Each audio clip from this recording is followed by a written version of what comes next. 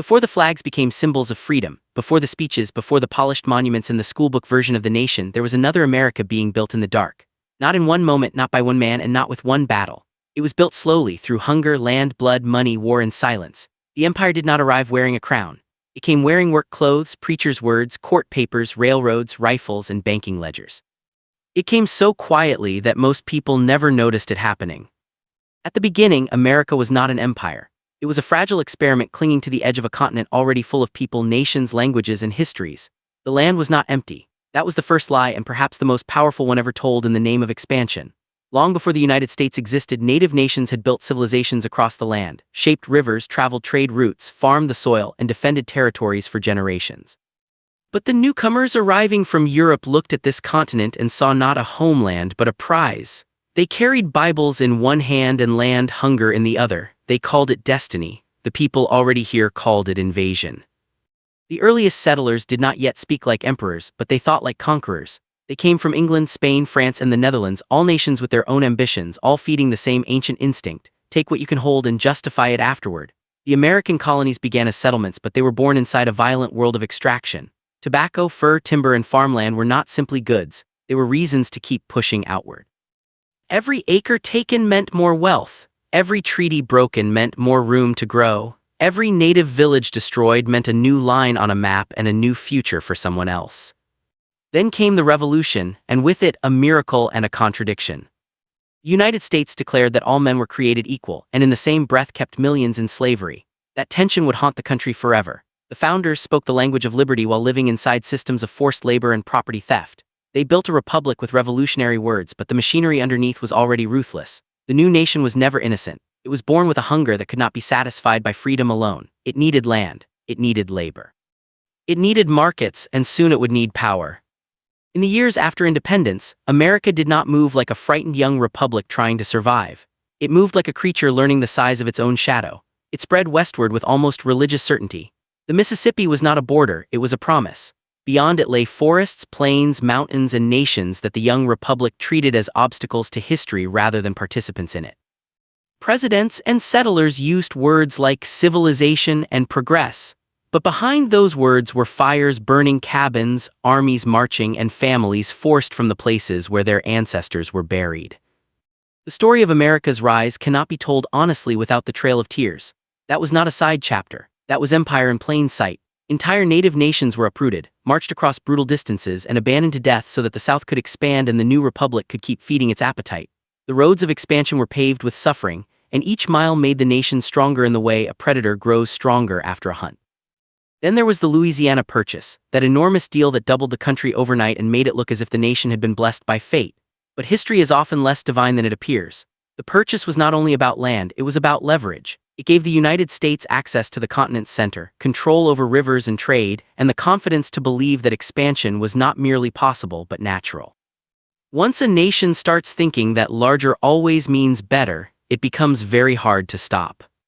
By the middle of the 19th century, the United States had developed a dangerous idea, that its growth was morally justified because it was destined. That phrase, manifest destiny, sounded clean and almost holy. It hid a great deal. It hid war with Mexico. It hid the seizure of the Southwest. It hid the subjugation of native peoples. It hid the belief that American power could be both righteous and limitless. This was the mind of an empire before the world admitted it was an empire. The Mexican-American War was one of the clearest turning points. It was not just a conflict over borders. It was a test of whether the United States could seize territory and still call itself honorable. The result was a massive land grab that gave the country California, Arizona, New Mexico, Nevada, Utah, and parts of other future states. In one generation, America went from a nation on the edge of the Atlantic to a power spanning the continent. Gold was discovered in California soon after, and that changed everything. Now the West was not just land, it was wealth, it was speed. It was the promise that America could grow faster than its conscience could catch up. But there was a rot in the foundation that expansion could not bury forever. Slavery, the system America depended on while pretending to be free, tore the nation apart. Cotton made fortunes, banks financed plantations, northern factories profited from southern labor. The country's rise was not built by freedom alone, it was built by stolen labor and the economics of human suffering. The Civil War became not just a conflict over union but a brutal reckoning over what kind of nation this would be. Would it remain half slave and half free, or would it choose a different path? The war answered the question with fire. Towns burned, families shattered, fields became graves. The country learned how modern destruction looked, and when it ended, the United States was different. It had not yet become a global empire, but it had become something harder and colder. It had a standing army with experience. It had an industrial base that could produce steel, weapons, railroads, and machines at scale. It had the capacity to kill and build at the same time. That combination is the seed of great power. After the war, the rails began to stitch the continent together like a wound closing over old blood. The Transcontinental Railroad did more than connect coasts. It changed time, trade, migration, and control. It made the West accessible to investors, corporations, settlers, and soldiers. It made extraction efficient. Coal, iron, timber, cattle, and grain could now move faster than ever before. The men behind this expansion did not speak like conquerors. They spoke like businessmen. That was the new disguise. Empire in America would wear a suit. Industrialization transformed the country into a machine. Steel cities rose, oil fields burned, factories consumed labor. Immigrants arrived by the millions, fleeing poverty, war, and persecution, only to enter a nation that needed them but did not always want them. They were essential to the machinery of growth. Their sweat built bridges, towers, rails, and fortunes.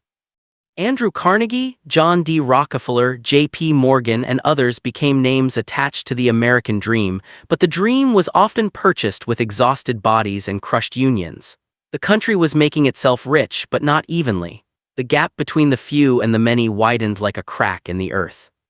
And still the frontier was not enough. By the end of the 19th century, America turned outward. The Spanish-American War in 1898 was short, dramatic, and transformative.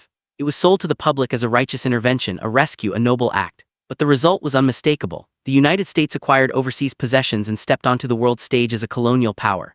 Cuba, Puerto Rico, Guam, and the Philippines became part of an expanding American sphere. The rhetoric was liberation. The reality was control.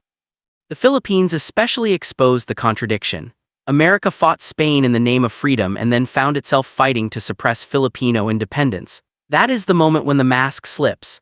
A nation that claims to free others but refuses to let them go is no longer simply idealistic. It is imperial. It is afraid to admit what it has become.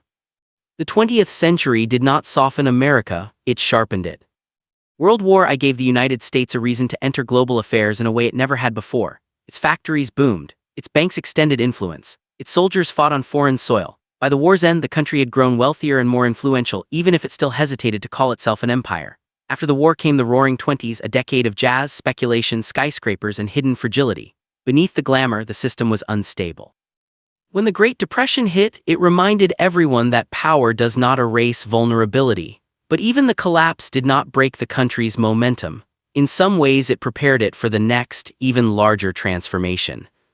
Then came World War II, the event that changed everything. The war destroyed empires across Europe and Asia. It shattered old powers. It emptied the center of the world and left a vacuum. America stepped into that vacuum with industry, weapons, money, and a terrifying new invention, the atomic bomb. The Manhattan Project was one of the most secretive and consequential endeavors in human history. In a hidden race against Nazi Germany, scientists and military planners built a weapon capable of ending cities in a flash. When the bombs fell on Hiroshima and Nagasaki, the world changed forever. The United States had crossed into a new age, one where the scale of its power could no longer be mistaken for anything but imperial. The war also made America the arsenal of the free world. It emerged not just victorious but economically dominant.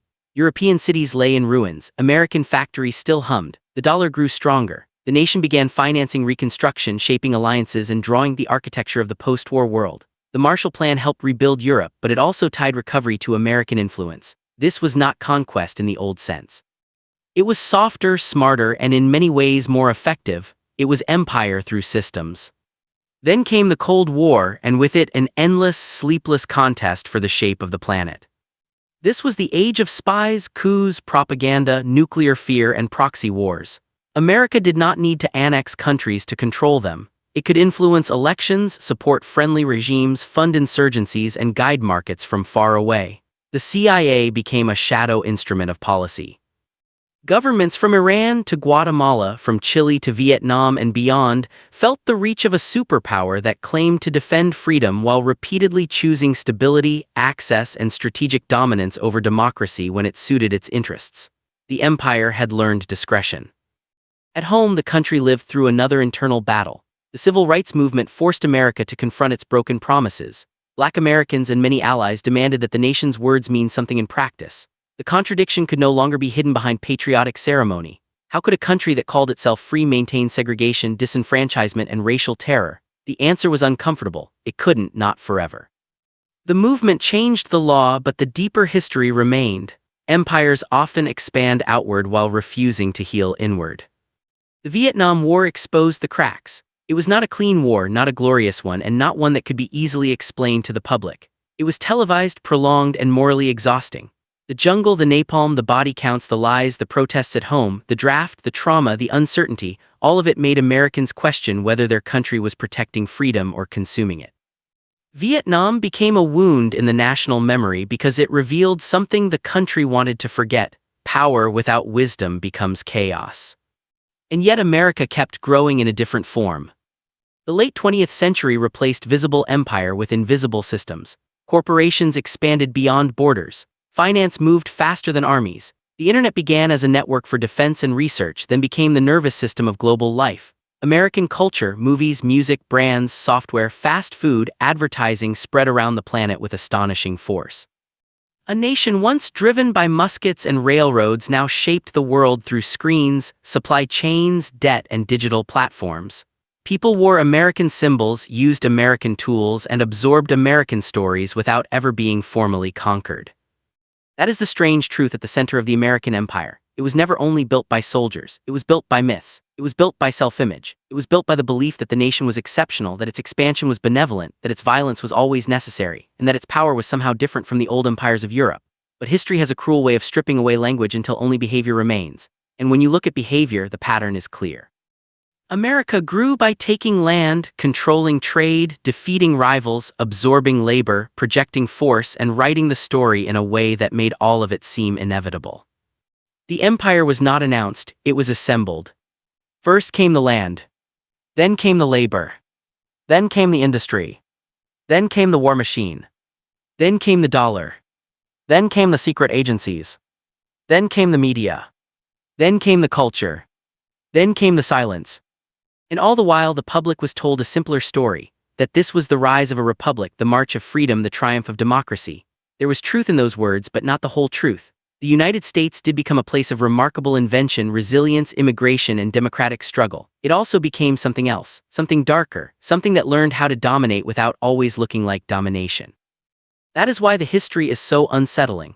Not because America had no ideals, but because it had ideals and violations at the same time. Not because it was uniquely evil, but because it was capable of extraordinary good while repeatedly choosing extraordinary harm when power was at stake. That combination made it modern. That combination made it dangerous. That combination made it an empire. And perhaps the most shocking part is this: the empire did not end when the world called it one, it simply changed shape. The 21st century, the flag still waves, the anthem still plays, and the speeches still promise renewal.